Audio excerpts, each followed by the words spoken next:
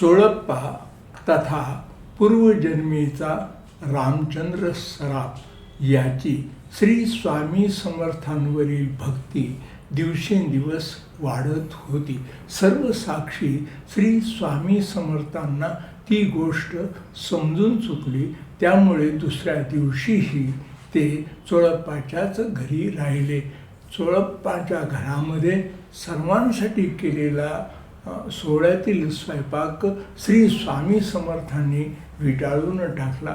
त्यामुळे घरातील बायकांना अतिशय राग आला. विशेषतः चोळप्पाच्या सासू राधाबाई ह्या तर अतिशय चिडल्या. जावयाला की वेळ लागली आहे की काय असेही ते म्हणाल्या. त्याची पत्नी येसूबाई ही सुद्धा रागावली. त्या दोघी आदळापट करीत होत्या. त्याही स्थितीमध्ये चोळप्पा हा निश्चल स्थितीत राहिला. या उलट त्याची श्री स्वामी समर्थांवरील भक्ती ही अधिकाधिक वाढतच गेली. चोळप्पाच्या घरात वास्तव्यास असलेले श्री स्वामी समर्थ हे चोळप्पाच्या कुटुंबियांना विविध प्रकारे त्रास देत असत. घरातील बायकांनी स्वच्छ चांगले सारवून ठेवलेले घर येथे सुद्धा ते नको तेथे शौचही करीत असत. घरातील काही वस्तू ते भिकाऱ्यांना देऊन टाकत असत.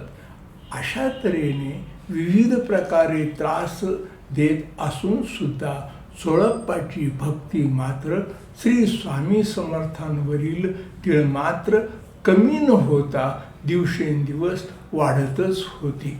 एकदा काय झालं, चोळप्पाची पत्नी येसूबाई यांनी हरभऱ्याची डाळ भरून कोणालाही सुगावा लागू न देता गपचूप रांजणामध्ये भरून ठेवली.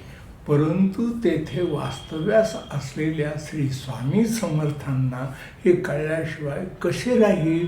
श्री स्वामी समर्थांनी सुद्धा कोणालाही कळू न देता त्या रांजणातील डाळ चोळप्पाच्या गाईस खाऊ घातली आणि संपवून टाकले.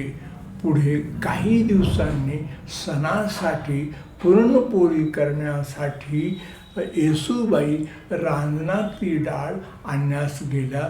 तेव्हा बघतात तर काय, रांजण रिकामा. डाळीचा रांजण रिकामा झालेला आहे हे कळल्यावर येसूबाईने श्री स्वामी समर्थाविषयीची कागाळी चोळप्पाकडे केली.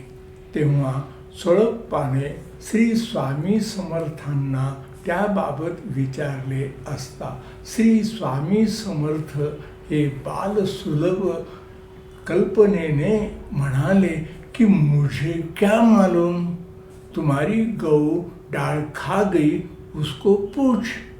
तेव्हा श्री स्वामी समर्थांनी त्याला सांगितले की तुझी गाय म्हणजेच ती कामधेनू ने डाळ खाल्लेली आहे आणि तुम्हाला सर्वांना अन्न देणारा अन्नदाता म्हणून मी येथे बसलेलो आहे.